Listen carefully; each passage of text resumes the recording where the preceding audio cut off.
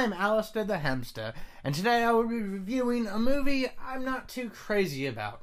In fact, members like me at the Pets and Reviewing Cinema Society, better known as Pricks, are kind of upset about this movie even being nominated for certain Academy Awards.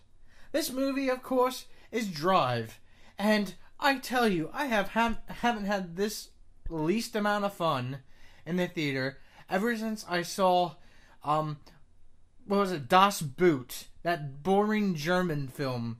It was like 4 fucking hours. So let's get straight to the facts. Drive. Is it a good movie? Absolutely not. In fact, it might be the worst movie since I saw with my ex-wife.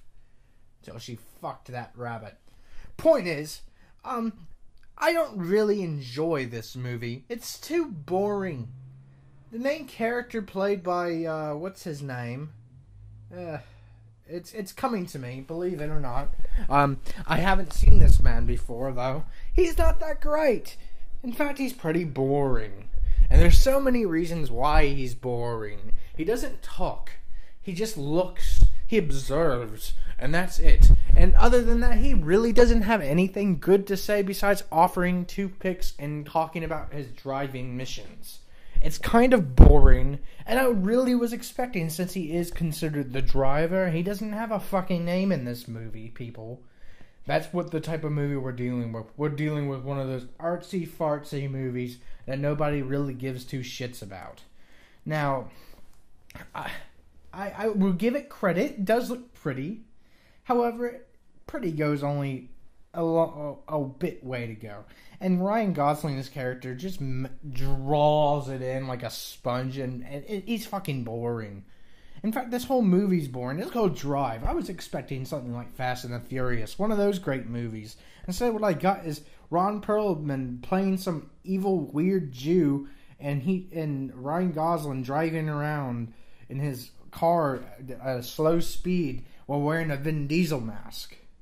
Carey Mulligan looks like a pregnant housewife, and she's not attractive one bit. They should have had Megan Fox play her. And you know what? I really can't say there's anything good about this movie. It's just boring. Everything's boring about this movie. And it's supposed to be Drive. It's supposed to be fun. Where's all the special effects? I need some special effects. And this movie's just, the soundtrack just goes on and on and on and on. I just cannot stand this movie. There's so many things wrong with this movie. And it's a lot like that movie, the other horrible movie, Fight Club. It's long, it's tedious, and there's nothing really going on. And then when the gets to the good parts and he blows someone's brains out with a shotgun, you see it for 1 second and then it goes back to the boring driving sequence or the boring standing looking at the wall sequence. In fact, there's really no good story at all. There's no aliens invading. There's nothing. There's no bank heist. There's little to nothing. I swear, I can't believe this. It's about the biggest kick in the balls since I saw District 9. That movie was just so boring too. It had nothing, and it had a little bit of the shooting sequence, but that was all I got out of the movie. There was nothing else. So, my final verdict on Drive, it is a boring movie. Nobody really should care about this movie.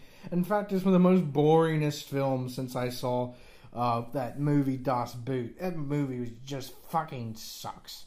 So, as a proud member of Pets in Reviewing Cinema Pricks, yes, whatever it is, I would like to say this movie is a bomb, and along with all the other animals, including my favorite man, what's his name, Kenneth O'Hare.